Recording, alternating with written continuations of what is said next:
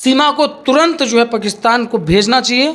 आपको आना है, आपको शादी करना है, आप रीति रिवाज अनुसार हम शादी कर लेते हैं। कल तक आप मुस्लिम थे, आज हिंदू।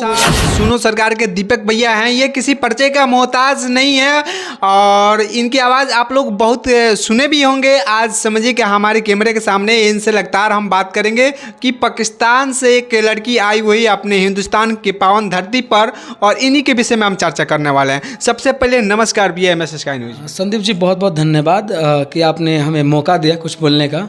और कई लोग हमारे आवाज़ों से ज़रूर परिचय होगा उन लोगों का, अगर आप और वो लोग हमारे व्यूअर्स होंगे या सब्सक्राइबर्स होंगे तो। बात करें सीमा हैदर की, अपनी सीमा हैदर की बात कही तो सीमा को लेकर के कई चर्चाएं चल रही है। कई लोग इंटरनेशनल मीडिया का एक चर्चा हो रहा है कि सीमा जासूस है, सीमा ये है, वो है, दिस है, डैट है। लेकिन सबसे बड़ा उस चर्चा के विषय में है कि सीमा क्या मुस्लिम से सुने हैं कि प्यार हुआ और फेसबुक से एड्रेस मिला और उसके बाद में फ़्लाइट से अपना घर द्वार बेच करके वो चली आई। आप हमें इतना बताइए कि दूसरा कोई भी अगर पाकिस्तान से चाहे तो हिंदुस्तान आ सकता है। हमारी प्रशासन और हमारी जो व्यवस्थाएं हैं वो इतनी पॉइंट मतलब नहीं है उन लोगों का, कोई भी चाहे तो आ सकता है। आज सीमा आई है, ठीक है, मानते हैं। कल कोई और भी कुछ और भी लेकर के आना चाहे तो आ सकता है। सबसे बड़ी कमी तो सरकार की ये है कि सीमा आ कैसे जाती है। एक पाकिस्तानी नागरिक जो हिंदुस्तान में प्रवेश कर जाती है और ये कहती है कि मैं प्यार करती हूँ फलानमा से, तो इसीलिए आई हूँ। तो ये बहुत बड़ा चर्चा का विषय होना चाहिए। ज़रूरी ये नहीं है कि वो जासूस है, क्या है, नहीं है, नहीं। हम सवाल करते हैं कि कल अगर कोई चाहे तो हमारे भारत के लिए कुछ और प्लान करके घुस सकता है क्या? आपको क्या लगता है, घुस सकता है? अच्छा, ये तो बताया जा रहा है कि वो पाकिस्तान नेपाल के रास्ते से वो अपने हिंदुस्तान में वो एंट्री की है। अब पासपोर्ट और वीज़ा के इसमें कोई आवश्यकता नहीं पड़ता है कि वो पाकिस्तान में हिंदुस्तान आने के लिए। ऐसा वही मैं आपसे पूछ रहा हूँ भैया कि एक व्यक्ति जो जाता है दुबई जाता है, पाकिस्तान से, फिर दुबई से नेपाल आता है और नेपाल से भारत की सीमाओं में प्रवेश कर आज़ादी से घूम रहा होता है। बस चर्चा का विषय उस वक्त बन जाता है वो 2-3 महीना बाद, जब उसकी जानकारी दिल्ली पुलिस को पता चलती है और पुलिस उसको गिरफ्तार करती है। फिर उसे बेल भी मिल जाता है। ये बताया जाता है कि उसको प्यार था इसलिए वो आई है। क्या किसी ने जांच किया कि एक्चुअल प्यार ही था? क्योंकि 4-4 बच्चों की मम्मी जो प्यार कर रही है, खुद को बता रही है कि सीमा हैदर मेरा नाम है। पर आप हमें एक बात और बता दीजिए कि एक इस्लामिक कंट्री से कोई व्यक्ति आता है और उसका नाम सीमा होता है, 4 बच्चों की माँ है, 5 गो फ़ोन मिलता है, वो ये कहती हैं कि 1.5-2 साल का जो मेरा लड़का है वो सब मोबाइल छोटा छोटा चलाता था। क्या आप अपने घर के छोटे बच्चों को फ़ोन देते हैं? और पाकिस्तान क्या इतना डिजिटल में आगे चला गया कि वहाँ पे 1.5 साल, 2 साल और 3 साल के बच्चों को फ़ोन दिया? कोई साजिश हुआ कर रही है एक लड़के के साथ, या सच में उनको प्यार हो गया है? प्यार को नहीं कह सकते इसको प्यार का अगर नाम दिया जाए तो बहुत गलत होगा। उनको ना तो प्यार है और ना ही वो प्यार के लिए यहाँ आई हैं। मतलब वो यहाँ आई थी, जो हिंदुस्तान आई तो वो नागरिकता मांग रही थी सरकार से कि सरकार जो उसकी लवर है वो भी बोला से आग्रह और विनती है कि मुझे नागरिकता दिया जाए। नागरिकता मिलेगी क्योंकि वो खुद हिंदुस्तानी हैं।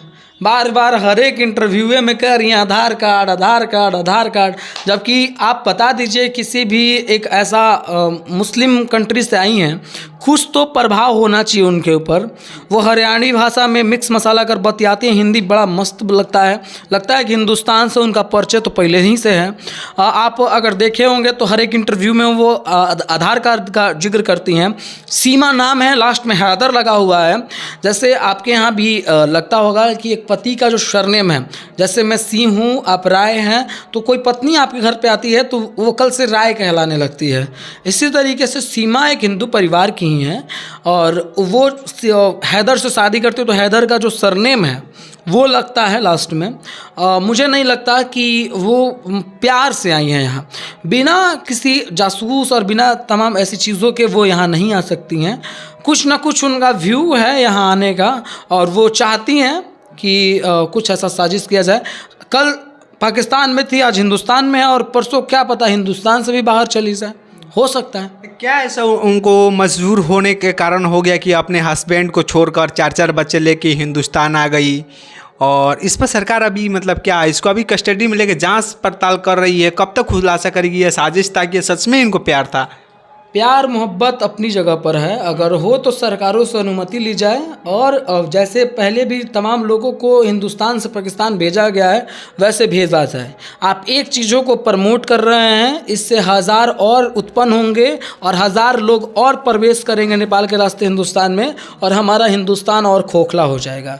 क्योंकि आपको पता है कि कट्टरवाद कितना है पाकिस्तान में, और पाकिस्तान के लोग किस तरीके से हिंदुस्तान के प्रति बिहेव करते हैं।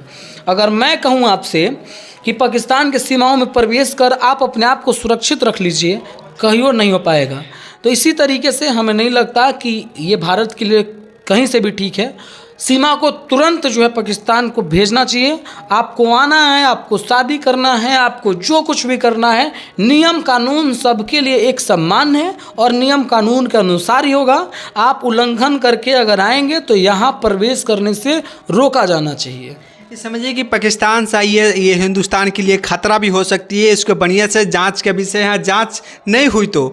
मगर ये बताइए, उस 4 बच्चे को अपने पिता से दूर कर हिंदुस्तान लेके वो बच्चे के ऊपर क्या बीतता होगा? और बच्चे तो ठीक है मान लेते 2 पल के लिए, लेकिन सबसे बड़ा सवाल यही है कि आप 4 बच्चे के माँ हैं, 4 बच्चों को लेकर के आती हैं, एक परिवार को वहाँ पे छोड़ के आती हैं। आप ये कह रही हैं कि मैं वहाँ पे नहीं जाना चाहती, आप ये कह रही हैं कि हिंदू रीति रिवाज अनुसार हम शादी कर लेते हैं।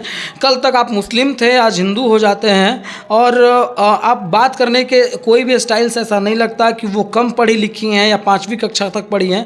इंग्लिश में फटादेदार एकदम ज़बरदस्त बात करती हैं।